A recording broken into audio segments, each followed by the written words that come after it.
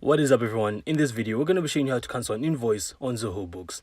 So let's say you've sent out an invoice, but now you actually realize something is off. Maybe it's a mistake, maybe the client cancelled, or you just don't need it anymore. Instead of deleting it, Zoho actually lets you void the invoice, which basically cancels it while keeping it on record. So in this video, we're going to be walking you through exactly how to do it. So first, simply head over to Zoho Books and look at the left-hand menu. From there, you then have to go to Sales, then click on the little drop-down arrow and select Invoices. Now you will be able to see a full list of your invoices. In my case, there's only one, so let's go ahead and use this as an example.